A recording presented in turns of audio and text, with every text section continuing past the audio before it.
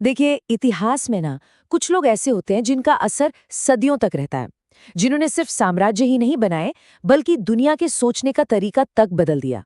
तो आज हम एक ऐसे ही आर्किटेक्ट की कहानी में उतरने वाले हैं, एक ऐसी शख्सियत जिनकी विरासत आज भी अरबों लोगों की जिंदगी का हिस्सा है। 2 अरब, ये कोई छोटा मोटा नंबर नहीं है। आज दुनिया में इतने लोग इस्लाम को मानते हैं, और ये सिर्फ एक आंकड़ा नहीं, ये एक पूरी विरासत है।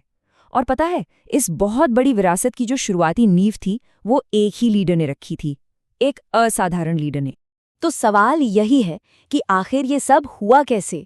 मतलब कैसे एक अकेले इंसान ने उस दौर की दो दो सुपर पावर्स को झुका दिया, सिकंदर यानी अलेक्जेंडर से भी बड़ा एम्पायर खड़ा कर दिया, और एक ऐसे मजहब की बुनियाद रखी जो आज पूरी दुनिया में फैला है।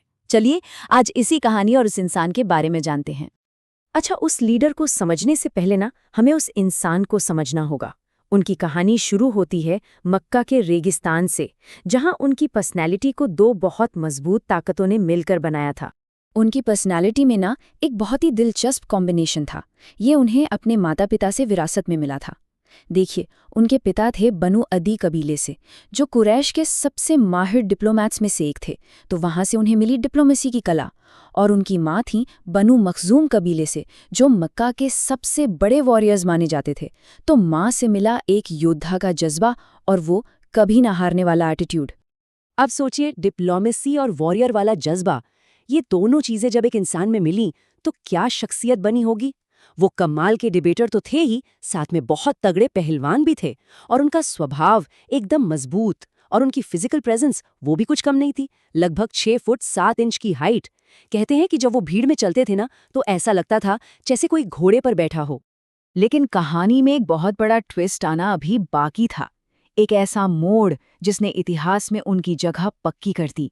वो दिन जब इस्लाम का सबसे बड़ा दुश्मन उसका सबसे बड़ा रखवाला बन गया। शुरू में तो उमर इस्लाम के सबसे कट्टर दुश्मनों में से एक थे। वो अपनी पूरी ताकत, अपना पूरा असर इस नए मजहब के खिलाफ इस्तेमाल कर रहे थे। अपने चाचा अबू जहल के साथ मिलकर उन्होंने ठान लिया था कि इस नए मूवमेंट को ख़त्म करके ही रहेंगे। और फिर वो दिन आया जिसने सब कुछ पलट कर रख दिया। वो अपनी तलवार लेकर निकले, इरादा था पैगंबर को ख़त्म करने का।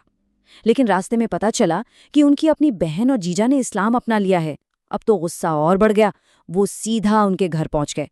लेकिन वहां उन्होंने कुछ ऐसा सुना जिसने उन्हें अंदर तक झकझोर दिया। वो थीं कुरान की आयतें। कहते हैं उनका सारा गुस्सा पल भर में शांत हो गया, दिल नरम पड़ गया, और बस उसी पल शिकारी रखवाला बन गया। उन्होंने अपनी तलवार फेंक दी और इस्लाम कबूल कर लिया। अच्छा, जब वो इस्लाम के दूसरे खलीफा बने, तब दुनिया ने उनका असली टैलेंट देखा। वो सिर्फ एक महान योद्धा ही नहीं थे, बल्कि एक जीनियस, एक सिस्टम बिल्डर थे। खलीफा के तौर पर उनका जो 10 साल का दौर था, उसने दुनिया का नक्शा ही बदल डाला। सोचिए, उन्होंने उस वक्त की 2 सुपर पावर्स, रोमन और पर्शियन एम्पायर्स को सीधे सीधे चैलेंज कर दिया। यरमूक की लड़ाई में रोमन आर्मी को बुरी तरह हराया, यरूशलेम जैसा पवित्र शहर फतह किया, और मिस्र यानी इजिप्ट के अमीर इलाकों को भी इस्लामी हुकूमत में शामिल कर लिया। यरमुक की लड़ाई कितनी बड़ी बात थी, इसका अंदाजा इस चार्ट से लगाइए। एक तरफ सिर्फ 40,000 की मुस्लिम फौज, और दूसरी तरफ 2 लाख की विशाल रोमन आर्मी।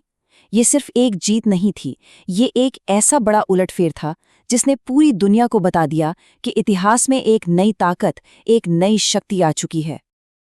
लेकिन उमर ये जानते थे कि जीतना एक बात है और इतने बड़े साम्राज्य को चलाना बिल्कुल दूसरी।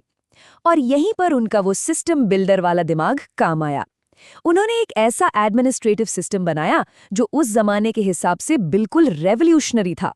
अलग अलग सूबों के लिए गवर्नर बनाए, इंसाफ के लिए अदालतें शुरू की, पब्लिक ऑर्डर के लिए पहली बार एक ऑर्गेनाइज्ड पुलिस फोर्स बनाई, और तो और बाजार में चीजों के दाम कंट्रोल किए, और एक सरकारी खजाना और वेलफेयर सिस्टम भी बनाया।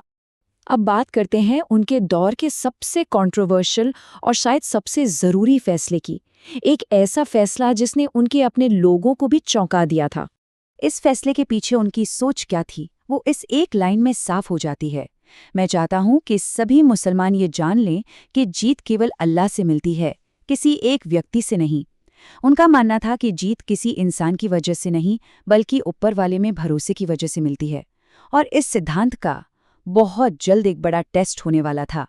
तो यहाँ एक बहुत बड़ा सवाल खड़ा होता है ना? कि कोई भी लीडर चलती लड़ाई के बीच में अपने सबसे बेस्ट, अपने अनडिफीटेड यानी अजेय जनरल को क्यों हटाएगा? और ये कोई मामूली जनरल नहीं थे, ये थे खालिद इब्ने अल-वालिद, जिन्हें अल्लाह की तलवार कहा जाता था। तो ये एक बहुत बड़ी दुविधा थी। एक तरफ थी खालिद की जबरदस्त पॉपुलैरिटी, लोगों में ये बात फैलने लगी थी कि जहां खालिद है वहां जीत पक्की है, और दूसरी तरफ था उमर का सिद्धांत कि भरोसा अल्लाह पर होना चाहिए, किसी इंसान पर नहीं। उन्हें ये डर सताने लगा था कि लोग एक इंसान पर बहुत ज्यादा डिपेंडेंट हो रहे हैं, और ये इस्लाम के बेसिक प्रिंसिपल के खिलाफ था।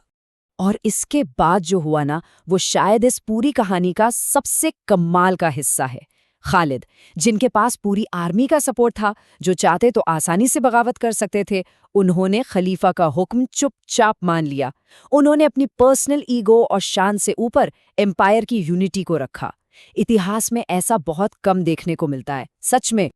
उमर की जिंदगी का सफर तो अचानक खत्म हो गया, लेकिन उनकी बनाई हुई विरासत आज भी जिंदा है। उन्होंने अपने लिए एक टाइटल चुना था, अमीर अल मुकमिनीन। इसका मतलब है विश्वासियों के कमांडर। और ये सिर्फ एक नाम नहीं था, ये एक नए तरह के शासन का ऐलान था। एक ऐसा सिस्टम जहां लीडर सिर्फ पॉलिटिकल ही नहीं बल्कि स्पिरिचुअल मामलों का भी जिम्मेदार होता है। तो 10 साल तक दुनिया को बदलने के बाद उनका दौर अचानक खत्म हो गया। सुबह की नमाज के वक्त एक हत्यारे ने उन पर हमला कर दिया। उनका अंत बहुत दुखद था, लेकिन तब तक उनकी बनाई हुई विरासत की जड़ें बहुत गहरी हो चुकी थीं। और यहीं पर यह कहानी हमें एक बहुत बड़े सवाल के साथ छोड़ जाती है कि एक लंबी चलने वाली विरासत बनाने के लिए ज्यादा ताकतवर क्या है, हर जंग जीतना, या फिर ऐसे मजबूत सिस्टम और सिद्धांत बनाना जो लड़ाइयों और उन्हें जीतने वाले योद्धाओं के बाद भी हमेशा जिंदा रहें।